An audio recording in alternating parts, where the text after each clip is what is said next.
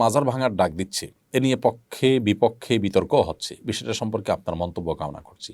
প্রশ্নকর্তা ভাইকে আমি পাল্টা প্রশ্ন রাখতে চাই, মাজার ভাঙার ডাক দিচ্ছেন কারা?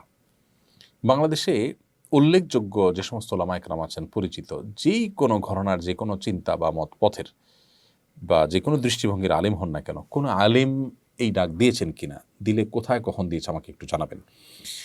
দেখুন, এদেশে সংখ্যালঘুদের উপর আক্রমণ করা হয় এবং সেই আক্রমণের যে দোষ, সে উদুরপিণ্ডি বুদুর ঘাড়ে চাপানো হয়। ঠিক একইভাবে এই মাজার ভাঙার ক্ষেত্র আমরা লক্ষ্য করেছি। পরিষ্কারভাবে আমরা বলতে চাই যে কোনো মুসলিম নামধারী নিজেকে যিনি মুসলমান দাবি করছেন, তিনি যদি শিরকে লিপ্ত হন, তাহলে সেক্ষেত্রে তাকে আমাদের দাওয়াত দিতে হবে, সংশোধনের পথে আহ্বান করতে হবে। তার যে মাজার, সেটা ভেঙে, যে মাজার সে সিজদা করছে বা যে মাজারকে তিনি পুজো করছেন অথবা সেখানে তিনি শিরকে লিপ্ত হয়েছেন, সেটাকে ভেঙে দেওয়াটাই সমাধান নয়। তাকে দাওয়াত দিবেন। আপনি বলবেন যে দাওয়াত দিয়ে বহু মাজার, দাওয়াত দিয়ে কোনো লাভ হয়েছে কিনা, আমি বলবো বহু মাজারের ভক্ত বা মাজারের শিরকারী মানুষকে আল্লাহ তাআলা হেদায়েত দিয়েছেন। আমার ব্যক্তিগতভাবে পরিচিত এরকম মানুষ আছে। আল্লাহ আমার মাধ্যমেও কিছু ভাইকে হেদায়েত দিয়েছেন বলে আমি আল্লাহ তাআলার দরবারে শুকর এবং কৃতজ্ঞতা জ্ঞাপন করছি। কিন্তু মাজার ভেঙে দেওয়ার কারণে কজন মানুষ শিরক ছেড়েছে, আপনি সেটা বলতে পারবেন কিনা? দেখুন, আপনি যদি কোনো কাজ করার কারণে সেটা দিন শেষে ইসলাম এবং মুসলমানদের ক্ষতি ডেকে আনে, ইসলাম এবং মুসলমানদের দুর্নামের সুযোগ পায়, ইসলাম এবং মুসলমানদের দাওয়াতি কাজে বাধা সৃষ্টি করার কারণ হয়, তাহলে সেক্ষেত্রে সেটা মনে রাখবেন যে ইসলামের কাজ নয়, সেটা শয়তান আপনাকে নেক্সট সুরতে ধোঁকা দিয়ে আপনার দিয়ে এই কাজগুলো করাচ্ছে।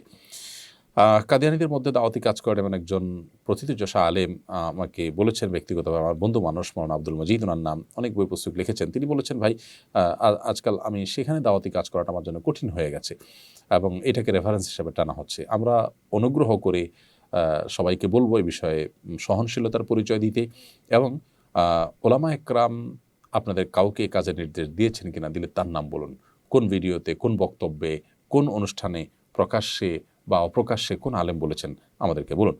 এই যে রবিউল আউয়াল আসছে, 12 রবিউল আউয়াল, সে উপলক্ষে আমরা বলবো সবাইকে সর্বোচ্চ সতর্ক থাকবার জন্য, যাতে কোনোভাবে 12 রবিউল আউয়াল উপলক্ষে যে আনুষ্ঠানিকতা হয়ে থাকে, আমাদের অনেক ভাইরা যে সমস্ত জশ্নে জুলুস ইত্যাদি করে থাকেন, সেখানে কোনো মানুষ যেন আক্রমণ করার চেষ্টায় লিপ্ত না হন। আমরা অনুগ্রহ করে সবাইকে সর্বোচ্চ সহনশীল থাকার কথা বলবো। যেহেতু মাজার ভাঙার প্রশ্ন আসছে, সেজন্য কয়েকদিনের মধ্যেই যেহেতু রবিউল আউয়াল শুরু হচ্ছে, 12 রবিউল আউয়াল শুরু হচ্ছে, সেজন্য সে বিষয়ে আমরা সবাইকে উদাত্ত আহ্বান করছি সর্বোচ্চ সহনশীলতার পরিচয় দিতে। মনে রাখবেন, এগুলো কোনো অবস্থাতে একজন দায়িত্বশীল মুসলিমের কাজ নয়। আপনার কোনো কাজে যদি ইসলাম এবং মুসলমানদের উপকারের চাইতে ক্ষতি বেশি হয়, তাহলে সেটা শয়তানের পরিকল্পনা বা সেটাতে শয়তান খুশি হবে, এটা বলাই বাহুল্য। এজন্য আমরা বলতে চাই যে এই জাতীয় বিষয়গুলোতে আপনার আবেগ, আপনার নিজস্ব বিবেকের উপরে আপনি ভরসা না করে ওলামা একরামের দিক নির্দেশনাকে আপনি শুনুন। আমি আবারও বলছি যে উল্লেখযোগ্য কোন আলিমের নাম বলতে পারবেন যিনি আপনাকে এই কাজ করার নির্দেশ দিয়েছেন? অনুগ্রহ করে যদি সেরকম কেউ থাকে আপনি বলুন। আমার জানা মতো এরকম কেউ নেই। আল্লাহ তাআলা আমাদেরকে হেদায়েত দান করুন। আশিক রাসূল আপনি লিখেছেন আইডি থেকে, আমি লাইট অ্যান্ড সাউন্ডের কাজ করি, এজন্য আমাকে বিভিন্ন নাচ গানের প্রোগ্রামে লাইট চালাতে হয়, আমার চাকরি জায়েজ হবে? ভাই, অবশ্যই আপনার চাকরি জায়েজ হবে না, কারণ সেখানে নাচ গান হারাম যে কাজগুলো হয়, আপনি সেখানে লাইটিংয়ের কাজ করে মূলত একটা গুনাহের কাজের সহযোগী হচ্ছেন, যেটা একজন মুসলমান হতে পারে না। আল্লাহ বলেছেন, ওয়ালা তাআওয়ানু আলাল ইসমি ওয়াল উদওয়ান, তোমরা পাপ এবং সীমা লঙ্ঘনের কাজে একে অন্যের সহযোগী হইও না। সেই জায়গা থেকে আপনার জন্য এটা করা জায়েজ হবে না। আনোয়ারুল আমিন আপনি লিখেছেন, দোকান বা বাসা ভাড়া সরকারি রেটের বেশি ভাড়া নেওয়া বা দেওয়া জায়েজ হবে কিনা? দোকান বা বাসা ভাড়ার ক্ষেত্রে সরকারি যে রেট আছে, সেই রেটের অতিরিক্ত আপনি যদি নেন, সরকার যদি কোনো জায়গায় ধার্য করে থাকে ন্যায্য মূল্য যেন নিশ্চিত করা যায় সেজন্য, তাহলে সেটা আপনার জন্য, এরকম পরিস্থিতিতে আপনার জন্য অতিরিক্ত টাকা নেওয়া জায়েজ হবে না। কারণ হলো ন্যায্যতার যে সীমানা, সেটা যদি ঠিক করে দেওয়া হয় এবং মানুষের কল্যাণে যদি করা হয়, সেটাকে মান্য করা উচিত। এবং সেটাকে অমান্য করার মানে হলো যে আপনি অনৈতিকভাবে বা অন্যায়ভাবে মানুষের কাছ থেকে অর্থ উপার্জন করতে চাচ্ছেন, এই জন্য এটা জায়েজ হবে না, এটা অনুচিত হবে। বিশেষ করে ন্যায্য ভাড়ার অতিরিক্ত যদি আপনি নেন, সেটা অনৈতিক হবে। এই জন্য আল্লাহকে ভয় করা উচিত। তবে যদি এমন হয় যে উভয় পক্ষ, ক্রেতা বিক্রেতা, আপনারা সম্মত হয়েছে এটার উপরে, সরকারের রেট আসলে কেউই ভাড়া দেয় এটাই না, বা অযৌক্তিকভাবে সরকারের রেট নির্ধারিত হয়েছে, এটাতে দেওয়া সম্ভব না ইত্যাদি ইত্যাদি যদি হয়, তাহলে সেক্ষেত্রে উভয় পক্ষের সম্মতিতে সেটি জায়েজ হবে। আর যদি সরকার যেটা নির্ধারণ করেছে সেটা আসলে অযৌক্তিক নয়, তাহলে সেক্ষেত্রে সেটা মান্য করা উচিত। বিশেষ করে জমি কেনাবেচার ক্ষেত্রে আমরা জানি সরকারি যে রেট আছে সেটা আসলে কোনো যৌক্তিক রেট নয়। বিশেষ করে শহরাঞ্চলে জমির যে সরকারি রেট আছে অনেক কম। কোথাও হয়তো একসময় ইয়ে ছিল, পুকুর ছিল বা গর্ত ছিল, সেই হিসাবে সরকারি রেট সেখানে নির্ধারিত হয়েছে। এখন সেটা খুব ভরাট জায়গা, সুন্দর দামি জায়গা, সেটা বহুগুণ বেশি এখন বিক্রি হচ্ছে। এখন কেউ সরকারি দামে কিনতে বা বিক্রি করতে বাধ্য নয়। এরপর প্রশ্ন হলো, বর্তমান পরিস্থিতিতে অনেকে আইন হাতে তুলে নিচ্ছে, যাদের ব্যাপারে মানুষ সংঘবদ্ধ হয়ে আঘাত করছে তারা জালিম। তবু তারা আইন নিজের হাতে তুলে নেওয়া সংগত হচ্ছে কিনা। কেউ যদি অন্যায় করেও তারপর আইন হাতে তোলা জায়েজ নেই, কারণ এর মধ্য দিয়ে একটা সমাজ বিশৃঙ্খল হয়, এর মধ্য দিয়ে অনেক অন্যায়ের পথ সুগম হয়। আপনি যাকে অন্যায়কারী হিসাবে তার ব্যাপারে শাস্তি দেওয়ার কাজটা করতে যাচ্ছেন, এটা যদি আরেকজনও করে, তাহলে সেক্ষেত্রে ঠুনকো অজুহাতে একজন আরেকজনের শত্রুতা উদ্ধার করা শুরু করবে, সমাজে একটা বাজে দৃষ্টান্ত তৈরি হবে এবং একটা অস্থিতিশীল পরিস্থিতি আসবে। নবী করিম সাল্লাল্লাহু আলাইহি সাল্লাম বিচার করতেন, বিচারের আলোকে শাস্তি কার্যকর হতো। কোরআনের যে বিধান আছে সেই বিধানের আলোকে সাহাবীরা যার যার মধ্যে করে শাস্তি কার্যকর করতেন না।